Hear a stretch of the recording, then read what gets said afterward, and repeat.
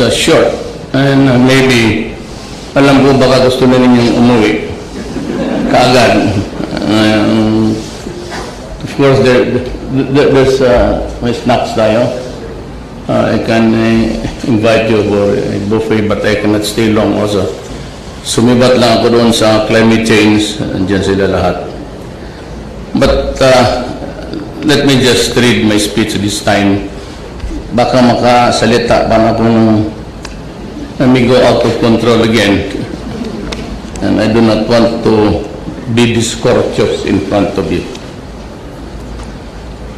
To all the officials, uniformed men and women, and civilian personnel of the Armed Forces of the Philippines, distinguished guests, ladies and gentlemen, good afternoon to you all.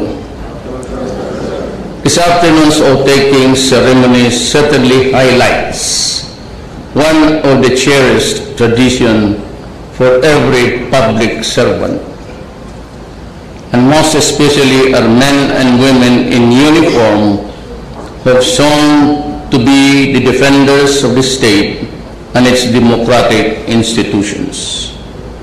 As your Commander-in-Chief, I share with you the honor and pride of hurdling the challenges and trials that each of you went through this far. Of course, you will not have reached the milestone that you have been bestowed now if not for the encouragement, understanding, sacrifice, and prayers of your loved ones. They are your source of strength and inspiration for all of you to carry on with your work and inspire the rest of the force. To them, the respective families, my congratulations too. Ladies and gentlemen, as we aspire to foster inclusive growth across all sectors of our society, through the convergence of security, developmental, and governance strategies, may I reiterate some of the reminders to each of you. During our previous conferences, I have laid down my marching orders, most especially in addressing some of the urgent matters concerning peace and security. I therefore enjoy everyone to give their best and be relevant in whatever capacity you now hold. Ours is a complex and dynamic security environment. You and I know that it will never be easy. Hence, I expect nothing less than your unequivocal commitment, competence, and professionalism. As we endeavor to carry out reforms in all government agencies, I wish that you remain to be the kind of officers who put the welfare of the organization, the nation, and its people above your personal considerations. Bear in mind that your careers grow along with your responsibilities. After all, those who have hard-earned stars on your shoulders, it is rightful then that you polish them, keep them shining and brightly untainted. And lastly, as you pledge your allegiance to the flag of the Republic of the Philippines, may all of you remain faithful to the sacred, guarded with your lives, the welfare of the nation. You owe it to your country and to the people. Draw inspiration from the valor of your ancestors, who demonstrated their staunch loyalty to the flag and to the Constitution. Once again, congratulations to your respective stars. Bear the new rank with new pride as you continue to serve the Republic of the Philippines, the Filipino people. I would like just to add an ad-lib. We are facing a new threat. When I was newly inaugurated president, I made it my obligation to tour the entire country, visiting camps, military, police, and otherwise. I was not cultivating or propagating any loyalty for me, to be there just to show my face. I said that I do not need it, but the country needs it badly. Your loyalty to flag and to the country is paramount, above loyalty to any particular personality or person in government. But in those tours, I mentioned it to you that aside from the danger of drugs, which we never realized to be that widespread, and that the dimension was just too staggering, and I was really appalled to learn. No presidente na ako, because then I had the access to all information from you guys, from the police, from all, the BI, and even in the validation, I had to take in the DIFG just to make sure that I was on the right track, that nobody would have been, it's always when your name is published there in connection with drugs, whether you're a politician or you're a policeman or army man, you're destroyed forever. So it took that long for me really, and I said the numbers are just too great, to the extent that I decided to furnish everybody, the Speaker of the House and the Senate. Sinabi ko sa kanila na mabigat ito, hindi ko kaya. I don't know, sabi ko, what are your plans are. But even if you declare martial 1,000 times, because little did we know that 5, 4, 3, 2, 1, 6 years ago, we were already in narco politics. And that most, on the ground level, ang mga barangay captain, 40% of the entire country. Sa druga na. And I decided that if we hold the elections sa barangay as scheduled, talo ang Pilipino. Because ang patakbo pera na ng narco-politics. Sabi ko nga sa inyo, kaya mga paborits the apex of your career. How long, how hard was it for you to reach what you are now? Paski just to earn a good income to build a modest life. Ilang taon mo pinaghirapan? How many battles did you go through? Place yourself on the line and come up still alive to reach the retirement age.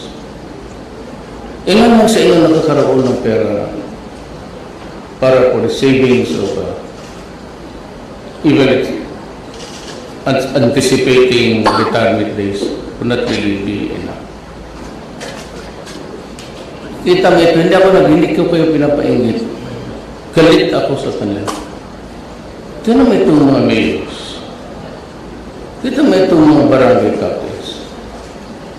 They go into drugs. Overnight, they become millionaires. Then they create so many slaves, 4 million plus, when they would never know how many, who are really slaves in the true sense of the word. Mas mabuti pa nga yung slave sa slave markets ng Africa or the Middle East. Pag nabili sila, patrabaho mo pa. Itong mga Pilipino, pag tinamaan to, at gumanong na talaga because the use of shabu will result inevitably in this shrinkage of the brain. Kaya mga kilala kayo, pamangkin ninyo, kausapin mo, wala naman. Usap ko, start with a topic, suddenly, they go out of range. Wala nang, so anuhin natin ito sila? Mga anak ng kapwa natin Pilipino. Kaya galit talaga ako sa pagkila naman. Talagang, kaya ako, full of the words na, talagang gagawin ko, ibabalik ko talaga sa kanila yung ginawa nila sa Pilipino. When I was mayor, lahat kayo alam na dumaan ng Mindanao, I was a bit strict. But in Davao, I thought that that was it. Meron dito mga intermittent entry. Hindi ko alam na ang buong doon sa Davao kasi takot nga silang mamatay. Hindi ko alam sa ibang Pilipinas, grabe na pala. So it included municipal mayors. It included. So ganito na lang. Pati ako sa sarili ko, I do not need any security. I will go back to the Alunan doctrine. They're only allowed 1 or 2 security. Mga mayors pati governors, kung takot kayong mamatay, edi mag-resign kayo eh. Pero kung sabi ninyo na you go around with an entourage of 2-3 convoy tapos may armas, lalo na sa Mindanao, I do not want to offend, but that is true. Pag kami nyo travel with 10 cars, 15 cars, puro armado, halos lahat yan may droga. And that has been proven time and again. Now, beginning tomorrow, I don't know if we'll be able to drop I will prohibit. Kung sabi nila isali ang presidente, okay lang. I travel commercial. I do not need any. Basta may tao lang tingin sa akin sa likod, one in front, tapos na. I will not allow excessive. Kasi dyan nag-umpisa. Ito mo yun. Sino ba naman police pati bakit yung mayor dyan, hindi pasok nila, they want the presence felt, tapos maraming security, talo pa ang presidente. Although kala natin, ayaw na natin hulihin rin ninyo, hulihin rin yung pulis, sa tao naman dito sa Malacanang, Mr. President, nakakasira ito sa ating partido dito sa politika. They cannot do that to me. In the first place, yun ang humingi ang tulong sa kanila. Few politicians far and wide in between the years and even during the campaign. Only about 4 governors. In the hometown of my father, wala ako basig isang barangay captain. Of course, I won. Nasanay kasi ito sila sa being a public official, entitled really to. Pero beginning, I don't know, kailan yung palabas ni Executive Secretary. We go back to the Alunan doctrine. Pagka may convoy dyan, tapos marami para, then inspection. There's a declaration of lawless violence. I had to do it to justify your extra duties as policemen. Spread thin ako, at saka there are about, for your information, about 6,000 policemen who are into drugs. And of course, with the disordered event about the corridors, I ordered the police to stop all operations. No policeman in this country anywhere is allowed to enforce laws related to the drug campaign. Kasi magamit nila yung palitan nila yung warrant, palitan lang ang pangalan, tapos pupunta. I had to explain again and again. I had to apologize almost to every Korean who would come here, to the ambassador and to the American people. I think Panelo is doing there. I told him to make a good apology. Wala tayong magawa, nangyari. Ang pinakabastos sa lahat, masakit daw sa kanila is talagang yung flushing sa down the drain sa toilet bowl. Nasaktan sila. Maski, gawain sa atin yan. Kaya, let me reorganize the enforcement yan sa drugs sa police. In the meantime, they will be arrested and I will order you to arrest them.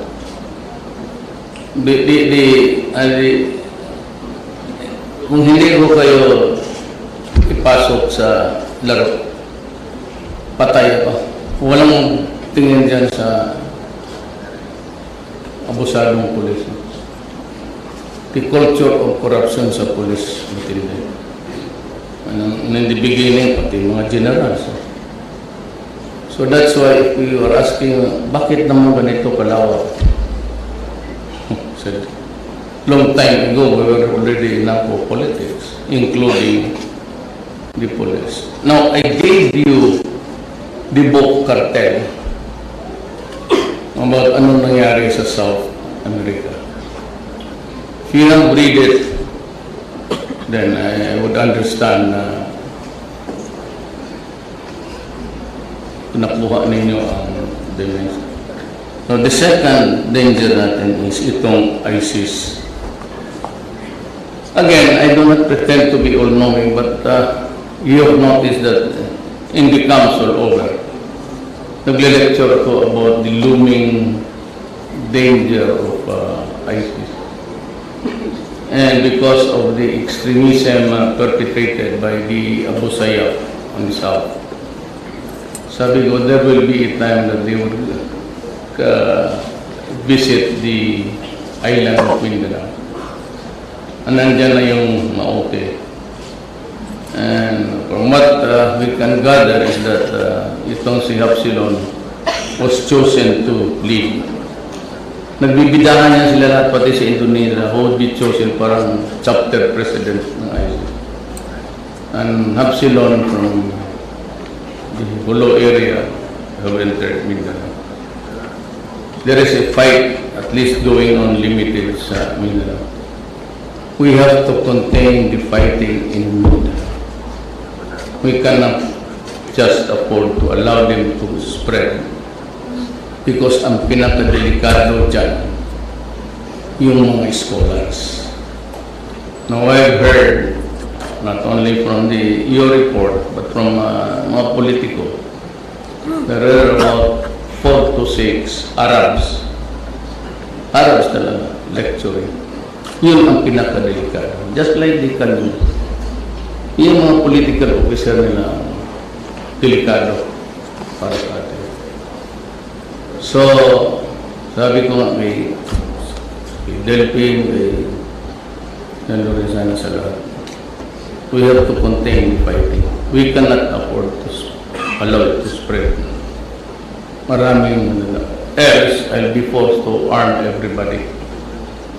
Gaya ng alsamasa. Kung sino yung kalaban ng ayaw ng komunista. But in the end, it also proved disaster because pagkatapos ng alsamasa, wala na yung komunista. Every time Dick and Harry was given a firearm to fight the communists, were using it against civilians, depredations. For lahat that we have to, but I cannot allow. They're not only killing. It has nothing to do with Moro and Christian. They're just killing everybody. They're kidnapping Indonesians. Na may bagong report na naman, so a special emissary was sent by the central government of Jakarta who flew in last night. An urgent, ano ang ginagawa natin. So I just reminded them that we will just, You know, we have this agreement, we have this understanding. Put it into practice. Allow more ships to magkulang kami din. And by the way, I also asked China if they can patrol the international waters without necessarily intruding into the territorial waters of country. We will be glad if we have the presence there. Hindi mo kailangan gray ships. Sabi ko, basta yung Coast Guard cutter just to patrol, like what they did in Somalia. Tumulong sila. Somalia was toned down. Pati dito sa Malacca Strait, pati dito sa Sulusi, remains to be a big problem.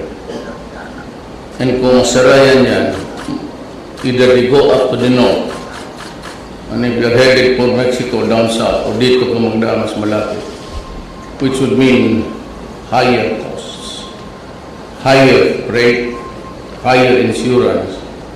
It adds up to the goods and the services that governs the world. It's always goods and services. So, yan ang permission. Diyan pa kayo. Malas natin, tayo inabutan. Ako, kala ko, good sailing ako. Ngayon pala, lumabas lahat by the hundreds of the thousands. I was scared. I don't know if you were scared. I was hundreds of thousands dyan sa TV. Puro payat, puro malnourished. Anong ginawa nila sa Pilipino? Now you'll understand my hatred. Talagang galit ako. Talagang galit ako. Yung international, you don't mean anything to me. Shut up. I have a problem to solve, and it is my country's problem. Do not mess up with me. Kaya marang aking mabutit na lang itong bagong presidente. Si President-elect, may congratulate you on the victory. This is President of the Philippines. Oh yes, I've heard that you have the bad fix with this State Department people. This God lousy guy there. And it's about the son of the area. Me and my country in the border of also the guys there and government is helping each other, flooding my country. You are doing the right thing. Hindi ko malaman ngayon if I will be Obama or I will be the Trump. So iba-iba kasi ang estilo talaga ng mundo. So ngayon wala na yung human rights dito, tahimik sila. Sabi ni Trump, you're doing it right. Nung tanongan mo ako, if I'm doing it right, do not ask me any question. It's already right. Well, that is the dynamics of the world. But may I congratulate you again. And we have always paid our trust in you. I've been mayor for one of the cities you pointed out was better developed. You know, I've hit 9% growth. 9% is the highest so far sa history. But 7 lang yan. I hit 9 because Davao is... And I could not have done it, really, without the help of the military and the police. Hindi ko kaya yung gano'n. Sino magtrabaho yung military and the police? Ayaw ko na lang magyabang kung ano. Basta ako sa inyo. Huwag kayong maniwala na komunista ako. Yung mga babae na yung magaganda ang hinahabol ko dyan, hindi naman yun. Hindi. So I cannot stay with you because kami naman na you have to go back to the climate change conference. I just told them na tinakot ko si Ligarda na I have to go kasi yung mga sundalo kakak na ng baril. By the time na maglabas tayo dito, arestado na tayong lahat. So I'm proud of my soldiers. I'm really proud of it. Mabuhay ang Armed Forces of the Philippines. Thank you very much, Mr. President, for the challenge and for the inspiring message. Now we proceed with the group photo opportunity. May we kindly ask the following officials to please join the President on stage. Secretary Delphine and Lorenzana, is that corrected? General Eduardo Año, Chief of Staff of the Armed Forces of the Philippines.